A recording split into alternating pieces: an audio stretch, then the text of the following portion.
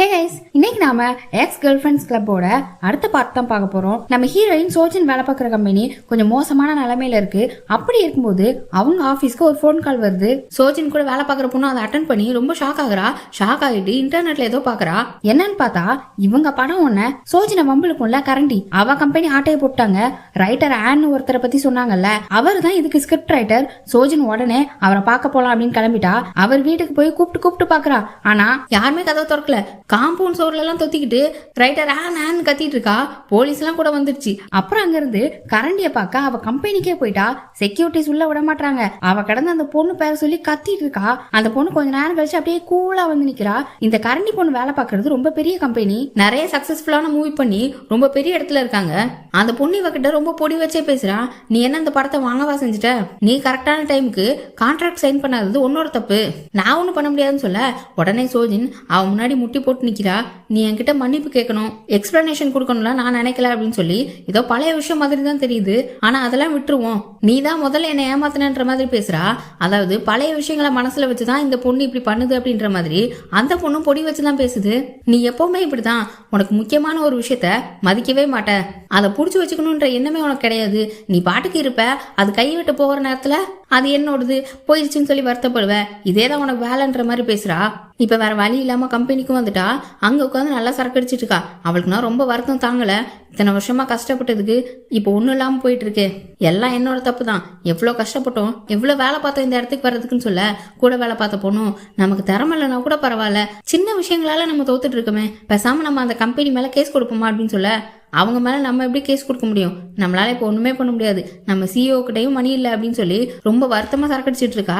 அப்படி போதையிலே வீட்டுக்கும் வரா. வீட்டுக்கு வந்து அவ அக்கா பசங்களை தொட வரா. ஆனா அவங்க அக்கா தொடவே விட மாட்டா. ஏடி இப்பதான் அந்த பசங்களுக்கு குளிச்சு ஊத்திருக்கேன், நீ பேசாம இரு, தொடாத, அழுக்காக்காத, குடிச்சிட்டு வந்து அக்கா போர் பண்ணிட்டு இருக்க, போய் தூங்கு போ அப்படின்னு சொல்லி பத்துறாங்க. இவளும் ஒரே ஒரு தடவைன்னு சொல்லி அந்த பசங்களை விரட்டிட்டே இருக்கா. அப்ப அவ அக்கா ஹஸ்பண்ட் வந்து என்னாச்சு, ஏதாவது சந்தோஷமான நியூஸா, அதுக்குதான் குடிச்சிட்டு வந்திருக்கியா அப்படின்னு கேட்க, ஆமா சந்தோஷமான நியூஸ் தான், லட்சக்கணக்கில் இன்வெஸ்ட்மெண்ட் வந்திருக்கு அப்படி இப்படின்னு சொல்லி கதை விட்டுட்டு இருக்கா. ஒரு நிமிஷத்துல சோஜன் அக்காக்கெல்லாம் ரொம்ப சந்தோஷம், நீ வெளியில போறதுக்கு முன்னாடி எனக்கு ஒரு வாஷிங் மிஷின் வாங்கி கொடுத்துட்டு போ, எனக்கு ரொம்ப யூஸ்ஃபுல்லா இருக்கும்னு சொல்றா. அக்கா ஹஸ்பண்டும் எனக்கு ஒரு லேப்டாப் வேணும்னு கேட்க எல்லாத்தையும் வாங்கி கொடுத்துறேன்னு சொல்லிட்டு அப்படியே ரூமுக்கு போறா. அப்போ காலில் கீழே கிடந்த ஒரு பொம்மை குத்திடுது. அப்படியே அழுதுட்டே உட்கார்றா. கதறி அழுகுறா. அவ அக்காவுக்கு கொஞ்சம் லைட்டா புரியுது இவளுக்கு எந்த இன்வெஸ்ட்மெண்ட்டும் வரலன்ற மாதிரி. இப்ப அப்படியே அடுத்த நாள் காலையில இவளும் பங்சுவும் ரெஸ்டாரண்ட்ல உட்காந்துருக்காங்க. பங்சு தான் போன் பண்ணி இவளை வர சொல்லிருப்பான் போல. இவ ரொம்ப வருத்தத்திலே உட்காந்துட்டு இருக்கா. அந்த ஆப்போசிட் கம்பெனி பொண்ணு இருக்குல்ல, அவ பங்சு கிட்ட சொல்லிருப்பா போல சோஜனோட கம்பெனி இழுத்து மூட போறாங்கன்ற மாதிரி. இவன் ப்ராஜெக்ட்டுக்கு அட்வான்ஸ் எல்லாம் கொடுத்துருப்பாங்க போல. ஒரு 1.5 லட்சம் கொடுத்துருக்காங்க. அதை எடுத்து வச்சுட்டு இது நீங்க கொடுத்த அட்வான்ஸ் அப்படின்னு சொல்லி திருப்பி கொடுக்குறான். இவனும் அவன் ப்ராஜெக்ட கேன்சல் பண்றான். உங்க கம்பெனியை மூட போறாங்கன்னு கேள்விப்பட்டேன் அப்படின்னு சொல்ல இவ முழிக்கிறா. உனக்கு அதெல்லாம் தெரிஞ்சிருக்கான்ற மாதிரி. அவகிட்ட இன்னும் கான்ட்ராக்ட்ல தான் இருக்கியா அப்படின்னு கேட்டுட்டு, ஓ எங்களோட கான்ட்ராக்ட முடிச்சுட்டு அவங்க கிட்ட சைன் வாங்க போறியா அப்படின்னு சொல்லி பேசிட்டு இருக்க. இவனுக்கு என்ன பண்றதுனே தெரியல.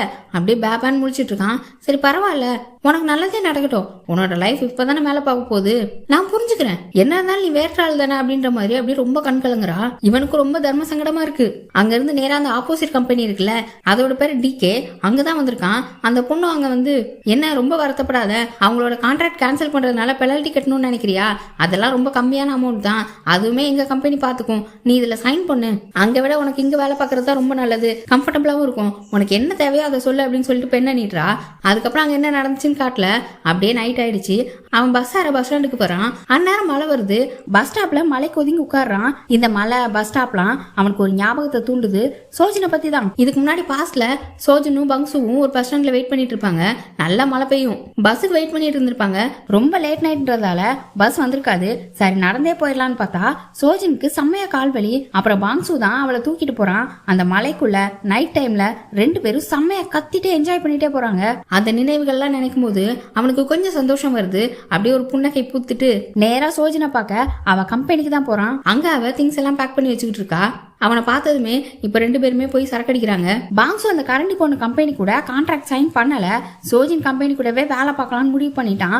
இதை கேட்டதும் சோஜினுக்கு ஒரே ஆச்சரியம். பாங்ஸுவும் நீ என்ன நல்லா கவனிச்சுக்கல, நான் மனசு மாறிடுவேன் அப்படின்னு சொல்றான். சோஜின் உடனே விழுந்து விழுந்து கவனிக்கிறா. இவன் ஒண்ணு என்ன சொன்ன, உங்க சிஓக்கு டேஸ்டே இல்லையா, என்னோட கதை சின்ன பிள்ளைத்தனமா இருக்கா, அப்புறம் வேற என்ன சொன்ன அப்படின்னு சொல்லிட்டு இருக்கும்போது இவ ஒண்ணு சாரி நான் தெரியாம சொல்லிட்டேன், நான் நேரம் ஏதோ நினைப்புல இருந்தேனா அதான் அப்படி சொல்லிட்டேன், ரைட்டர் பங்ஸுவை எப்பெல்லாம் பேசிருக்கலாமா அப்படின்னு சொல்லி ரொம்ப கெஞ்சுற மாதிரி பேசுறா.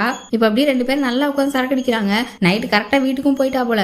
காலையில எந்திரிச்சுமே அந்த கேர் அவளுக்கு இன்னும் போகல. குடிச்சது தெரியவே இல்லை. தள்ளாடி ஆபீஸ்க்குள்ள வந்துட்டு இருக்கா. அவ்வளவு கேரா இருக்கு அவளுக்கு. எப்படியோ தட்டு தடு மாதிரி அவங்க ஃப்ளோருக்கும் வந்துட்டா. அவங்க கம்பெனிக்குள்ள போனா ஒரு பொண்ணு உட்காந்துருக்கா. யார் நீங்கன்னு கேக்குறா. இன்னமும் வாய் கொளறிக்கிட்டு தான் இருக்கு. அந்த பொண்ணு நீங்க யாரு நான் தெரிஞ்சுக்கலாமா அப்படின்னு கேட்கும்போது சோஜின் கூட வேலை பார்க்குற பொண்ணு வேகமா வந்து ஒரு நிமிஷம் இருங்க அப்படின்னு சொல்லி அங்க உட்கார்ந்துருக்க பொண்ணுகிட்ட எக்ஸ்கியூஸ் கேட்டுட்டு சோஜினை கூப்பிட்டு தனியா வரா. என்னடி பண்ணி வச்சீங்க நைட்டு 2 பேரும், நீயும் பாங்ஸுவும் அப்படின்னு கேட்க இவளுக்கு ஒண்ணுமே புரியல.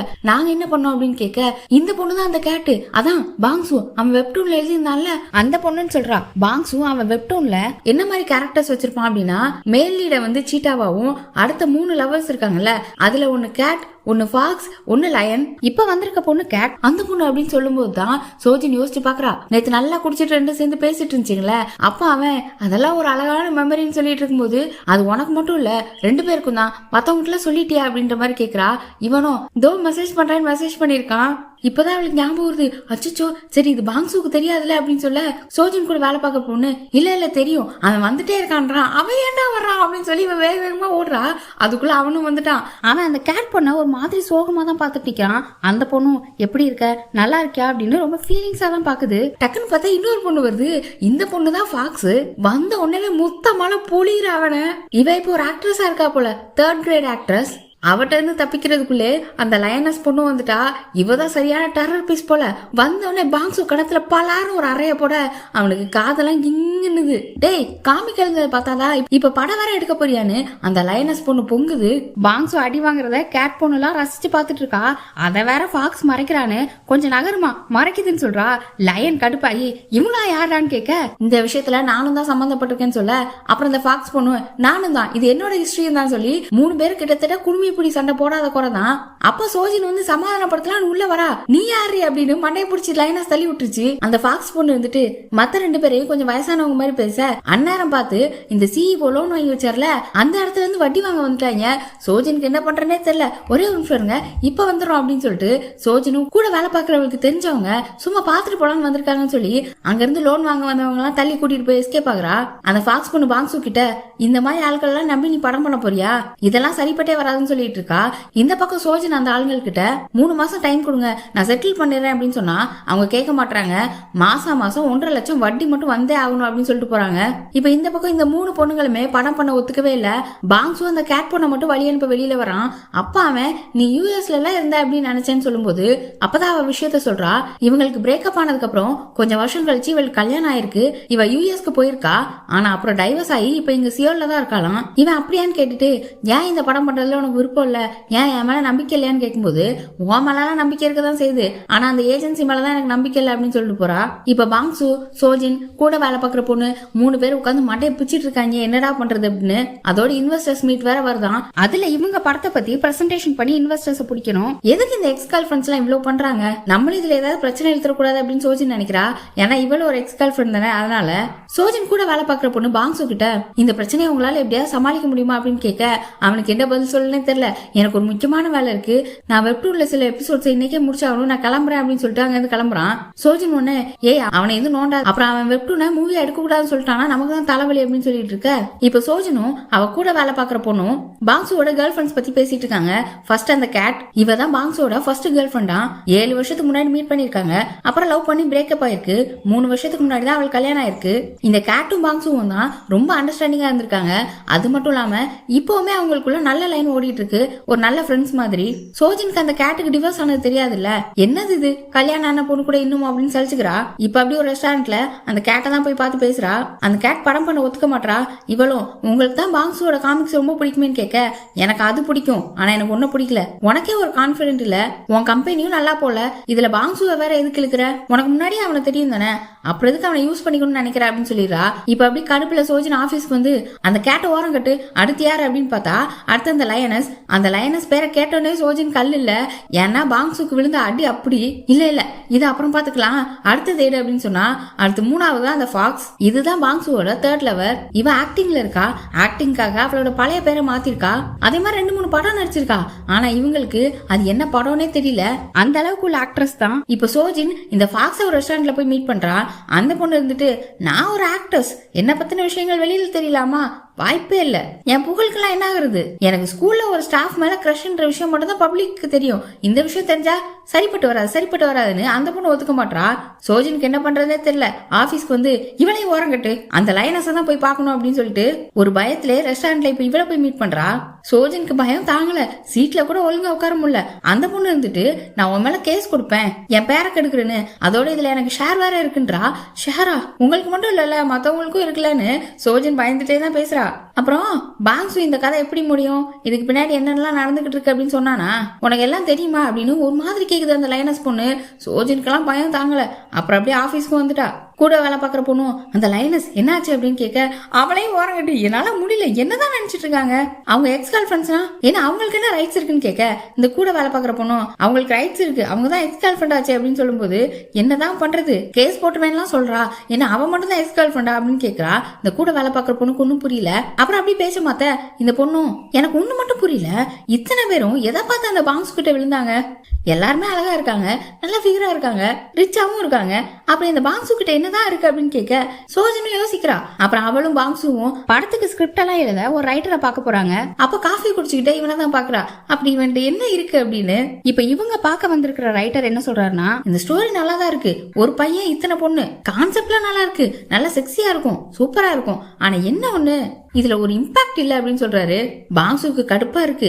சோஜனும் சரி அப்ப இதுல என்ன மாத்தலாம் அப்படின்னு கேட்கும்போது, ஒரு பையன் 3 பொண்ணு, அதுவும் ஒரு கெட்ட பையன் 3 பொண்ணு, ஒரே சமயத்துல 3 பொண்ணை டேட் பண்றான் அப்படின்ற மாதிரி சொல்ல, பாங்ஸு இருந்துட்டு சார் நான் இந்த இன்டென்ஷன்ல கதை எழுதல, ஒரு காதல் அதோட வலி வேதனை அப்படின்னு சொல்லிட்டு இருக்கான், அதெல்லாம் சரிப்பட்டு வராது, 3 பொண்ணுங்களே ஒரே நேரத்தில் டேட் பண்றான், அப்புறம் அந்த பொண்ணுங்கெல்லாம் சேர்ந்து ரிவெஞ்ச் எடுக்குது அப்படின்னு சொன்னா என்ன ரிவெஞ்ச் சார்னு கேட்டா, அவன் ஆம்பளையில இருந்து பொம்பளையா மாத்தி விட்டுறாயேன்னு காமெடி பண்ணிட்டு இருக்காரு. பாங்ஸு இந்த ஜீர்ணிக்கவே முடியல. நல்லா இருக்குன்னு சொல்லிட்டு அப்புறம் அங்க இருந்து வெளியில போயிடுறாங்க. ஆபீஸ்ல வந்து கடுப்புல உட்காந்துட்டு இருக்காங்க. இந்த ரைட்டர் கூட நம்ம வேலை பார்த்தா ஆகணுமான்னு கேட்க சோஜனும் வேற என்ன பண்றது, நமக்கு தான் வேற ஆட்கள் கிடைக்கலையே, நல்லா எழுதுறவங்க எல்லாம் ரொம்ப பிஸியா இருக்காங்க, நமக்கும் பட்ஜெட் இல்ல அப்படின்னு சொல்லிட்டு இருக்கும்போது ஏன் நீ எழுதுன்னு சொல்றான். சோஜன் கூட வேலை பாக்குற பொண்ணுக்கெல்லாம் ஷாக்கு, இவன் நல்லா எழுதுவாளா அப்படின்னு சொல்ல, ஆமா இவன் நல்லா எழுதுவா, இவளுக்கு நல்ல டேலண்ட் இருக்கு, இவன் நிறைய அவார்ட்லாம் வாங்கியிருக்காளே அப்படின்னு சொல்லும்போது நான் இப்போ ஒரு பிடி, நான் ரொம்ப பிஸியா இருக்கேன், நான் வேற நாளைக்கு அந்த பிரசன்டேஷனுக்குலாம் போகணும்னு சொல்லிட்டு இருக்கா. இப்ப அப்படியே அந்த பிரசன்டேஷன்ல தான் கட்டுறாங்க. அங்க எப்படின்னா நிறைய இன்வெஸ்டர்ஸ் இருக்காங்க. இந்த ஏஜென்சி கம்பெனில உள்ளவங்க எல்லாம் வந்து அவங்களோட ப்ராஜெக்ட்ஸ் எக்ஸ்பிளைன் பண்ணி இன்வெஸ்டர்ஸை கவர் பண்ணும். அதுதான் அந்த இன்வெஸ்டர்ஸ் மீட்ல நடக்கிறது. இப்ப சோஜனும் எக்ஸ்பிளைன் பண்ணிட்டு இருக்கா, நாங்க ஒரு காமிக்க படமா எடுக்க போறோம், ஒரு பையன் 3 பொண்ணுங்களை டேட் பண்ணிருக்கான், அதுல ஒரு 200 எபிசோட்ஸ் வருது, நாங்க தரமான ஒரு 21 எபிசோட்ஸ படமாக்க போறோம் அப்படின்னு சொல்லிட்டு இருக்கா. இப்ப அந்த மீட்டிங் முடிஞ்சு இன்வெஸ்டர்ஸ் எல்லாம் டீ பிரேக்ல இருக்கும்போது ஒவ்வொருத்தட்டையா போய் அவ கார்டை கொடுத்து நான் இந்த ஏஜென்சி அப்படின்னு இன்ட்ரோடியூஸ் ஆக பாக்குறா. அப்ப ஒரு ஆளு அவர் தானா வந்து நான் ஓஜோ இன்வெஸ்ட்மெண்ட் கம்பெனில இருந்து வரேன் அப்படின்னு விசிட்டிங் கார்டை கொடுக்குறாரு. இவன் அவளோட கார்டை கொடுக்க உங்க கதையில கொஞ்சம் இம்ப்ரெஸ் ஆயிட்டேன், நாங்க ஒரு 100 crore பட்ஜெட்ல ஒரு படம் பண்ணலாம்னு இருக்கோம் அப்படின்ற மாதிரி எல்லாம் பேசிட்டு அங்க இருந்து கிளம்புறாரு. இவளுக்கு இந்த ஆள் வந்து பேசுனதுல செம்ம சந்தோஷம், ரொம்ப குஷி ஆயிட்டா. பாங்ஸும் கூட வந்திருப்பான். அவன் ஒரு ஓரமன்னு ஒரு பொண்ணு கூட பேசிட்டு இருக்கான். யாரான்னு பார்த்தா நம்ம கரண்டி. இனி அடுத்தடுத்து என்ன நடக்க போகுதுன்றத அடுத்த வீடியோல பார்க்கலாம். நம்ம சேனலை இன்னும் நீங்க சப்ஸ்கிரைப் பண்ணாம இருந்தா சப்ஸ்கிரைப் பண்ணிருங்க. அப்படியே வீடியோ பிடிச்சிருந்தா லைக் பண்ணி ஷேர் பண்ணிருங்க. Bye by.